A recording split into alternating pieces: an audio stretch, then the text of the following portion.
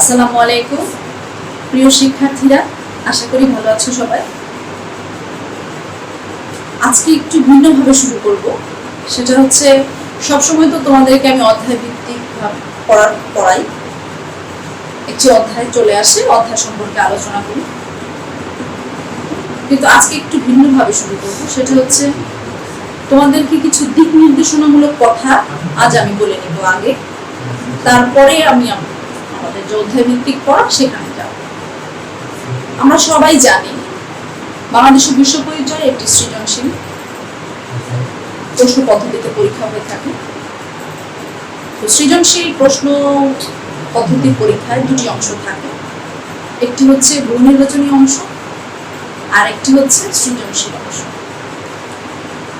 বহু নির্বাচনী অংশের যে মানবন্টন, সেই মানবন্টন অনুযায়ী নম্বর থাকে 30, আর যেটা সৃজনশীল অংশ সেই অংশের মান থাকে 70। প্রথমে আসি বহু নির্বাচনী। বহু নির্বাচনী অংশের জন্য আমরা নিজেকে কিভাবে গুছাবো? প্রথমেই বইয়ের প্রতিটি অধ্যায় খুব ভালোভাবে আমরা পড়ব। যখন যে অধ্যায়টি আমি পড়ব, তোমরা যখন পড়বে তখন প্রতিটি লাইন খুব মনোযোগ সহকারে পড়বে এবং চেষ্টা করবে প্রতিটি লাইন থেকে একটি প্রশ্ন তৈরি করবার এবং নিজে সেই প্রশ্নটি তৈরি করে উত্তরটি সঙ্গে সঙ্গে খাতায় লিখে রাখবে। এভাবে ধীরে ধীরে তুমি প্রতিটা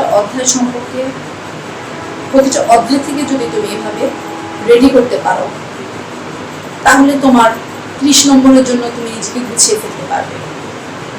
অর্থাৎ তোমার বহু নির্বাচনী অংশটি ক্লিয়ার হয়ে গেল। এরপরে আমরা আসছি সৃজনশীল অংশ। সৃজনশীল অংশটুকুর জন্য রয়েছে 70। প্রিয় শিক্ষার্থী, তোমরা আগেও এই কথাগুলো জেনে থাকবে, তারপরও আমি তোমাদের মনে করিয়ে দিচ্ছি। সৃজনশীল প্রশ্নটা পাওয়ার সাথে সাথে তোমরা উদ্দীপকটা খুব ভালোভাবে পড়ে নেবে। উদ্দীপকটা যখন তোমরা পড়বে তখন উদ্দীপকের নিচে 4টি প্রশ্ন থাকে। প্রথমে থাকে ক, অর্থাৎ জ্ঞানমূলক। তারপরে থাকে খ, অনুধাবনমূলক যে প্রশ্নগুলো থাকে। এই দুটি প্রশ্ন, ক এবং খ, এই দুটি প্রশ্নের উত্তর উদ্দীপক সংশ্লিষ্ট থাকে না। তাহলে তোমাকে কি করতে হবে? কিন্তু অধ্যায় সংশ্লিষ্ট থাকে, তাহলে তোমাকে অধ্যায়গুলো খুব মনোযোগ সহকারে পড়তে হবে। তবেই তুমি ক এবং খ এর উত্তর ভালোভাবে লিখতে পারবে। এরপরে আমি আসবো গ, অর্থাৎ প্রয়োগমূলক প্রশ্ন, এবং ঘ, উচ্চতর দক্ষতামূলক প্রশ্ন। এই দুটো প্রশ্নের উত্তর উদ্দীপকের সাথে সংশ্লিষ্ট থাকে, আবার অধ্যায় ভিত্তিক আলোচনার সাথেও সংশ্লিষ্ট থাকে। সেক্ষেত্রেও তোমাকে অধ্যায় সম্পর্কে খুব ভালো ধারণা থাকতে হবে। প্রিয় শিক্ষার্থীরা, আমি এতটুকু সময় যে আলোচনা করলাম, সেই আলোচনার মধ্যে বারবার একটি কথাই চলে এসেছে, সেটা হচ্ছে অধ্যায় সম্পর্কে ভালো ধারণা থাকা। এবার আমি এটা সম্পর্কে একটু কথা বলবো। অধ্যায় সম্পর্কে ভালো ধারণা থাকা সম্পর্কে একটু কথা বলবো। সেটা হচ্ছে, আমরা যখনই যে অধ্যায়টা নিয়ে বসবো, অধ্যায়টি আমরা শুরু থেকে শেষ পর্যন্ত তো মনোযোগ সহকারে পড়বই। পড়ার শেষে আমরা নিজেদেরকে 3টি প্রশ্ন করব। প্রথম প্রশ্ন, আমি এতক্ষণ যে অধ্যায়টি পড়লাম তার বিষয়বস্তু কি ছিল? দ্বিতীয়ত, এই অধ্যায়টিতে কোন কোন বিষয় সম্পর্কে আলোচনা করা হয়েছে? তৃতীয়ত, এই অধ্যায়টি পড়ার পর আমি কি বুঝলাম, অর্থাৎ আমার ব্যক্তিগত মূল্যায়নটা কি? যখনই আমি এই 3টি প্রশ্নের উত্তর পেয়ে যাব, তখনই ওই অধ্যায়টি সম্পর্কে আমার খুব ভালোভাবে ধারণা হয়ে যাবে। আর যখনই অধ্যায়টি সম্পর্কে আমার খুব ভালো ধারণা হয়ে যাবে, তখন এই অধ্যায়ের উপর থেকে বহু নির্বাচনী বলো আর সৃজনশীল প্রশ্নই বলো, যেভাবে যে প্রশ্নই আসুক না কেন, আমি আশা করতে পারবো। এতটুকু তোমরা নিশ্চিত থাকতে পারবে। তাহলে প্রতিটি অধ্যায় তোমাদের এইরকম ভাবে রেডি করে ফেলতে হবে। আজ আমি আরো একটা গুরুত্বপূর্ণ বিষয় সম্পর্কে তোমাদের সাথে আলোচনা করব, যেটা তোমরা প্রায়ই করে থাকো। এই কথাটা খুব মনোযোগ দিয়ে শুনবে শিক্ষার্থীরা। আমি যখন তোমাদের পরীক্ষার খাতা মূল্যায়ন করতে বসি, তখন কতগুলো সমস্যা আমাকে ফেস করতে হয়। সেই সমস্যাগুলো কি? তোমাদের খাতা দেখার সময় আমি কতগুলো সমস্যা চিহ্নিত করেছি। সমস্যাগুলো হচ্ছে, অনেকেই আছো যারা সময়ের সঠিক ব্যবহার করতে জানো না। দ্বিতীয়ত, প্রশ্নে যা চাওয়া হয়েছে ঠিক সেইটার উত্তর না দিয়ে অপ্রাসঙ্গিক অনেক কথাই লিখে তোমরা খাতা ভরে ফেলো। তৃতীয়ত, খাতার প্রথম পৃষ্ঠার সাথে শেষ পৃষ্ঠার লেখার খুব বেশি অমিল লক্ষ্য করা যায়। প্রিয় শিক্ষার্থীরা, একটা জিনিস খেয়াল করে দেখো, তুমি সারাটা বছর খুব কষ্ট করে নিজেকে পরীক্ষার জন্য প্রস্তুত করবে, কিন্তু যখন তোমার পরীক্ষায় এসে গেল, পরীক্ষা দিতে বসলে, কিন্তু পরীক্ষার সময় তুমি তোমার প্রস্তুতি অনুযায়ী খাতার মধ্যে নিজেকে বা ওর প্রশ্নের উত্তরটা ওরকম সুন্দরভাবে উপস্থাপন করতে তুমি পারলে না। তাহলে কি দাঁড়ালো? তোমার এই যে এতদিনের পরিশ্রম, সব পরিশ্রম বৃথা গেল। তাহলে করণীয়টা কি করবে তুমি? করণীয়টা হচ্ছে এরকম, তোমাদের হাতে এখনো অনেক সময় বাকি আছে নিজেদেরকে প্রস্তুত করার। কিভাবে প্রস্তুত করবে তোমরা? দেখো, তোমাদের সৃজনশীল অংশটুকুর জন্য সময় বরাদ্দ আছে 2 ঘন্টা 30 মিনিট। সেক্ষেত্রে তোমরা প্রতিটা প্রশ্নের জন্য 15 মিনিট করে তোমাদের বরাদ্দ থাকে। তোমরা নিজেদেরকে 12 মিনিটে রেডি করে ফেলবে, অর্থাৎ একটা প্রশ্নের উত্তরের জন্য তোমরা 12 মিনিট করে সময় নেবে। একটা প্রশ্নের উত্তর তোমরা 12 মিনিটে শেষ করে ফেলবে। এজন্য তোমাদের বাসায় অনুশীলনের প্রয়োজন রয়েছে, তোমাদেরকে একটু অনুশীলন করতে হবে।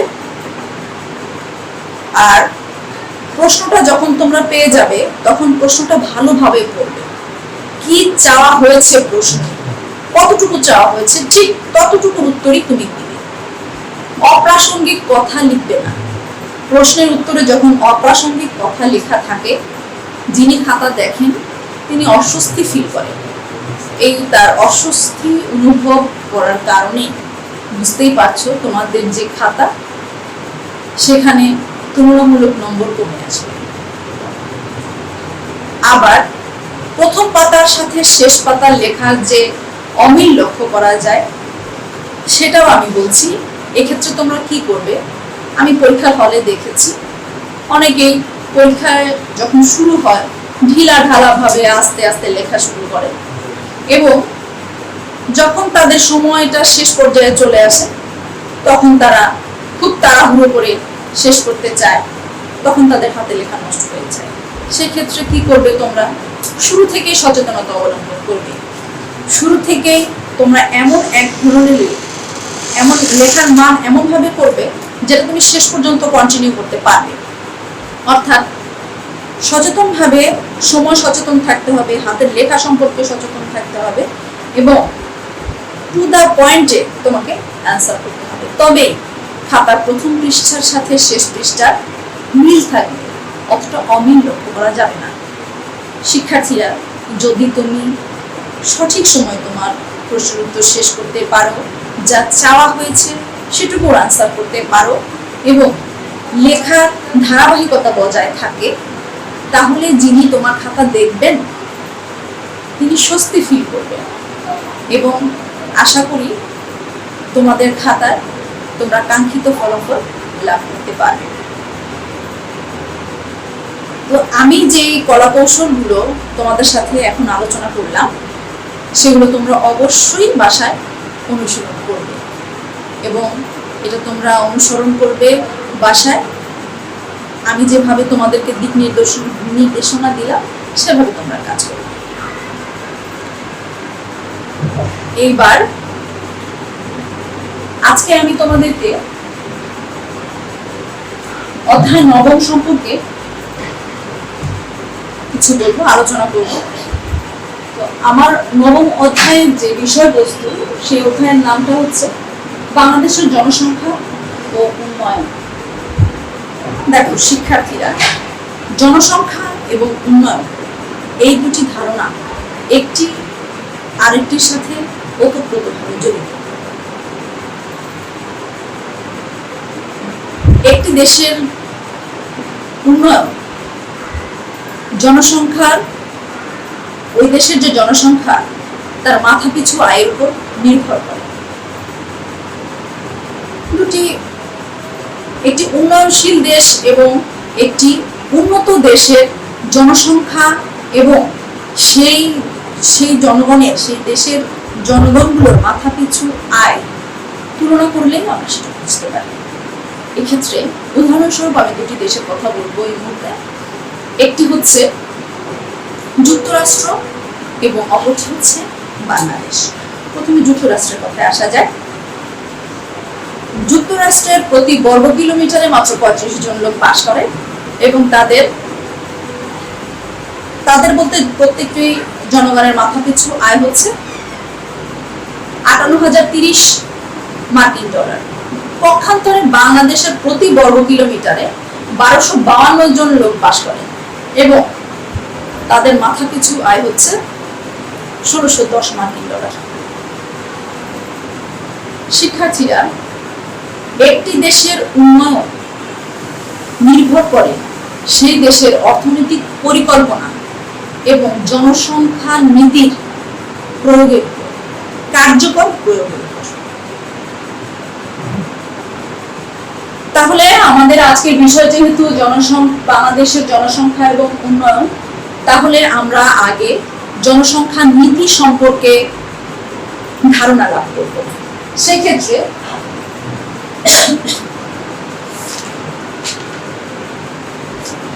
জনসংখ্যা নীতিটা কি? সাধারণভাবে একটি দেশের জনসংখ্যা বিষয়ে জাতীয় পর্যায়ে পরিকল্পনা গ্রহণ করার জন্য যে দিক নির্দেশনা হয় তাকেই বলা হয় দেশটির জনসংখ্যা নীতি।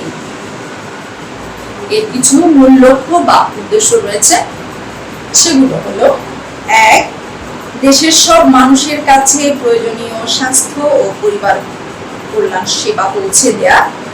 2. পরিবার পরিকল্পনা, কর্মসূচি ও প্রজনন স্বাস্থ্য সেবা জোরদার করা। 3. শিশু ও নারীর অপুষ্টির হার কমিয়ে আনা। 4. ইউনিয়ন পর্যায় পর্যন্ত নারী ও শিশুদের স্বাস্থ্য সেবার ব্যবস্থা করা। 5. প্রাথমিক স্বাস্থ্য সেবা সম্প্রসারণের মাধ্যমে সর্বত্র ও সকলের কাছে স্বাস্থ্য সেবা পৌঁছে দেয়া। 6. দরিদ্র জনগোষ্ঠী ও বিশেষ চাহিদা সম্পন্ন মানুষের জন্য স্বাস্থ্য সেবার ব্যবস্থা করা। এবং 7. দেশের প্রবীণ জনগোষ্ঠীর নিরাপত্তা ও স্বাস্থ্য সেবা নিশ্চিত করা। শিক্ষার্থীরা, আমাদের এই জনসংখ্যা নীতি তখনই ফলপ্রসূ হবে যখন আমরা বলতে আমরা বাংলাদেশের জনগণ, আমি বাংলাদেশের প্রেক্ষিতে বলছি, যখন আমরা আমাদের এই অধিক জনসংখ্যা নিয়ন্ত্রণে সক্ষম হব। তো জনসংখ্যা নিয়ন্ত্রণের ক্ষেত্রে তাহলে আমাদের করণীয় কি? এক্ষেত্রে আমরা দুটো উদ্যোগ গ্রহণ করতে পারি, বেসরকারি এবং সরকারি। তো সরকারি উদ্যোগগুলোর মধ্যে রয়েছে: ক. নিরক্ষরতা দূরীকরণ ও সাক্ষরতার হার বাড়ানোর জন্য প্রাথমিক ও গণশিক্ষাকে অগ্রাধিকার দেওয়া হচ্ছে। খ. সরকার নারী শিক্ষার প্রসারের জন্য ব্যাপক কর্মসূচি গ্রহণ করেছে। গ. সরকার নাগরিকদের চিকিৎসা সেবা নিশ্চিত করার পরিকল্পনা নিয়েছে। একই সঙ্গে পরিবার ছোট রাখার জন্য স্বাস্থ্য ও পরিবার কল্যাণ কার্যক্রম চালু হয়েছে। ঘ. কাজী অফিসে বিয়ে রেজিস্ট্রেশনের উপর জোর দেওয়া হয়েছে। হাঁস মুরগির খামার ও মাছ চাষের মতো আয় বৃদ্ধিমূলক কর্মসূচিতে নারীদের অংশগ্রহণের উপর সরকার গুরুত্ব আরোপ করেছে। তাছাড়া পোশাক শিল্প, কারুশিল্প এবং অন্যান্য হস্ত ও কুটির শিল্পেও নারীরা বর্তমানে বেশি সংখ্যায় অংশ নিচ্ছে। এগুলো জনসংখ্যা নিয়ন্ত্রণে গুরুত্বপূর্ণ ভূমিকা রাখে। এরপর বেসরকারি উদ্যোগগুলোর মধ্যে যেগুলো রয়েছে সেগুলো হচ্ছে ক, কমিউনিটি ভিত্তিক পরিবার পরিকল্পনা প্রকল্প; খ, 2 সন্তানের পরিকল্পিত পরিবার গড়ার লক্ষ্য বাস্তবায়ন; গ, বাল্যবিবাহ রোধে উদ্বুদ্ধকরণ; ঘ, প্রশিক্ষণ কার্যক্রম; ঙ, সচেতনতা কার্যক্রম; চ, ধর্মীয় নেতাদের উদ্বুদ্ধকরণ কর্মসূচি। এবারে আমরা আসবো জনসংখ্যার সাথে জনসম্পদের সম্পর্ক। হ্যাঁ প্রিয় শিক্ষার্থী, জনসংখ্যার সাথে জনসম্পদের সম্পর্ক রয়েছে। আমি সাধারণভাবে বলি, নিষ্কর্ম একজন ব্যক্তি, সে কিন্তু একটি দেশের জনসংখ্যার তালিকাভুক্ত। এখন এই ব্যক্তিকে আমরা কারিগরি প্রশিক্ষণ দিয়ে বিভিন্ন ধরনের প্রয়োগমূলক প্রশিক্ষণে তাকে প্রশিক্ষিত করে জনসম্পদে পরিণত করতে পারি। তাহলে এভাবে একটি দেশে অনেক বেকার সংখ্যক লোক বেকার রয়েছে, তাদেরকে যদি আমরা এভাবে জনসম্পদে পরিণত করতে পারি তাহলে একটি দেশ অর্থনৈতিকভাবে সমৃদ্ধি লাভ করবে। তাহলে আমরা চলে আসি জনসংখ্যাকে জনসম্পদে রূপান্তরের কৌশল। কতগুলো কৌশল অবলম্বন করে আমরা জনসংখ্যাকে জনসম্পদে পরিণত করতে পারি। আমি কৌশলগুলো একটু বোর্ডে লিখে দিচ্ছি।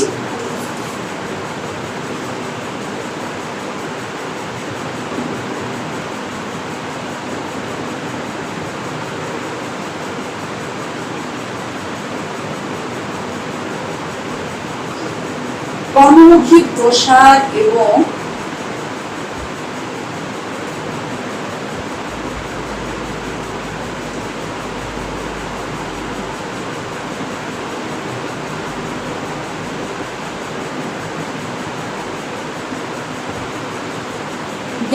জ্ঞানভিত্তিক সমাজ গড়ে তোলা।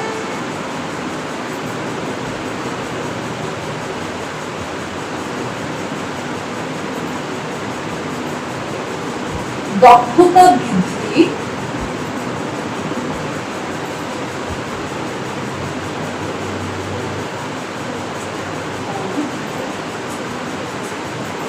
প্রশিক্ষণ মূলক কার্যক্রম সম্প্রসারণ।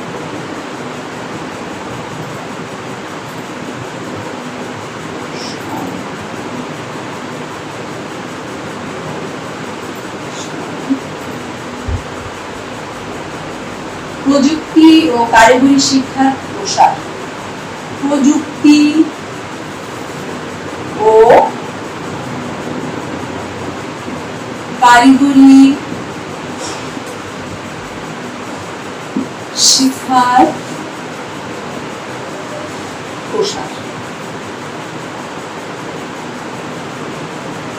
নারী শিক্ষার প্রসার।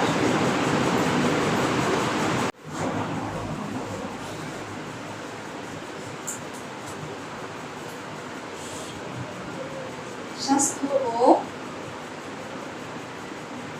পুষ্টি কার্যক্রমের প্রসার।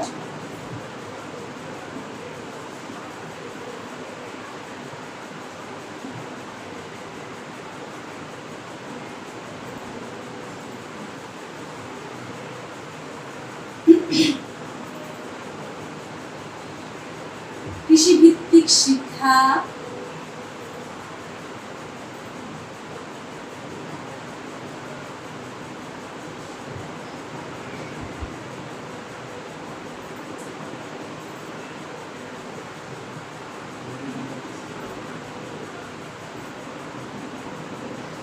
কৃষিভিত্তিক শিক্ষা ও প্রশিক্ষণের সম্প্রসারণ,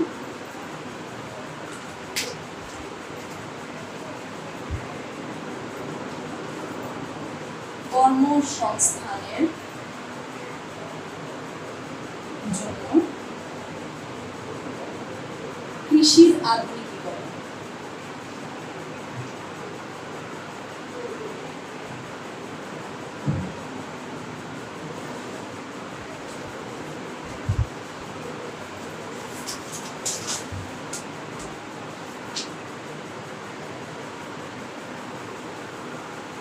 তথ্য ও যোগাযোগ প্রযুক্তিকে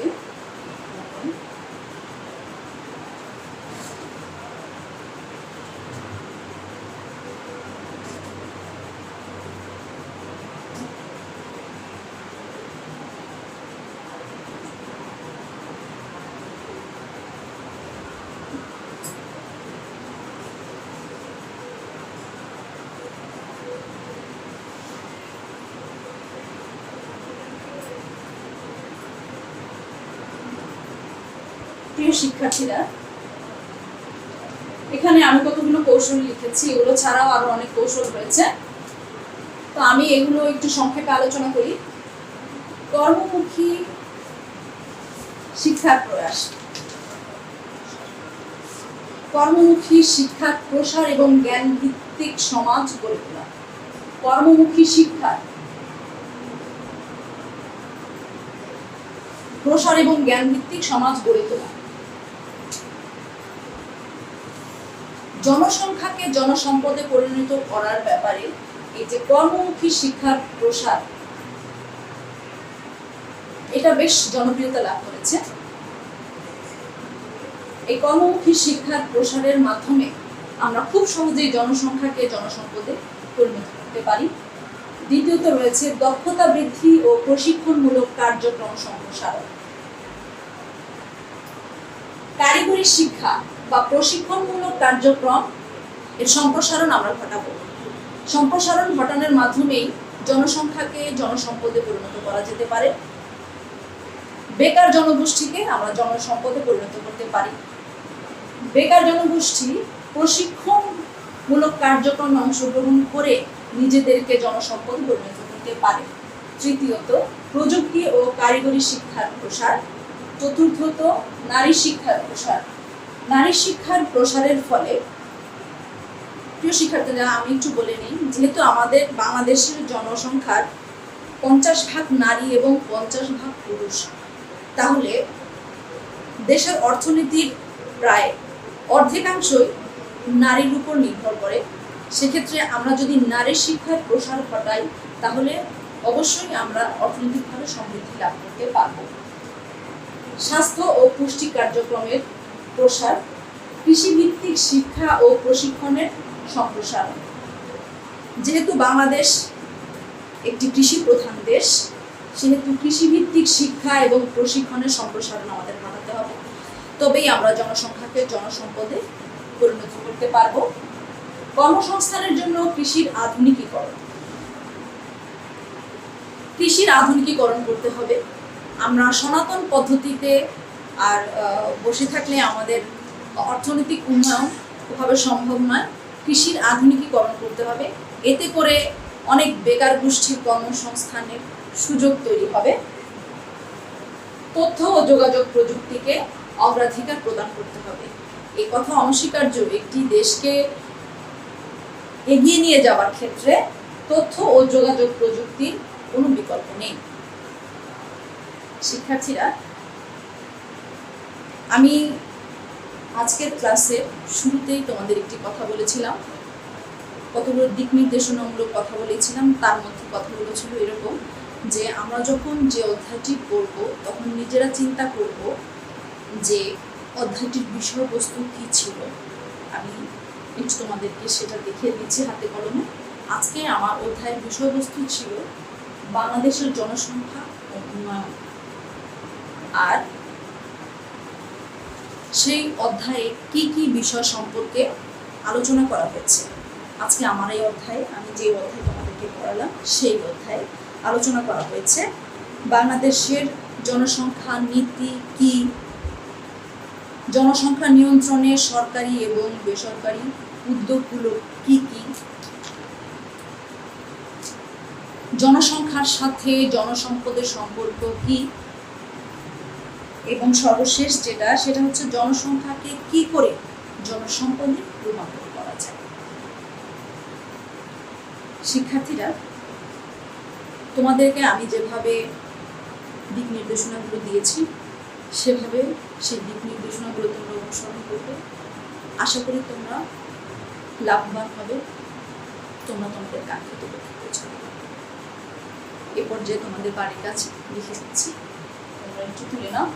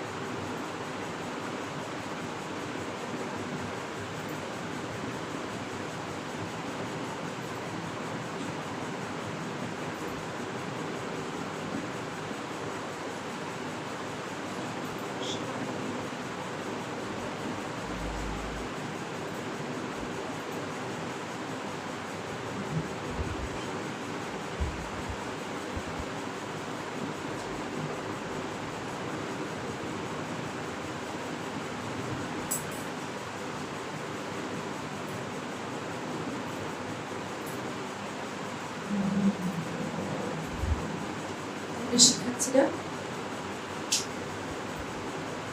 তোমাদেরকে যেভাবে দিক নির্দেশনা দিয়েছি সেভাবে তোমরা বাসায় অনুশীলন করবে। তো আজকে এই পর্যন্তই। ভালো থাকবে সবাই।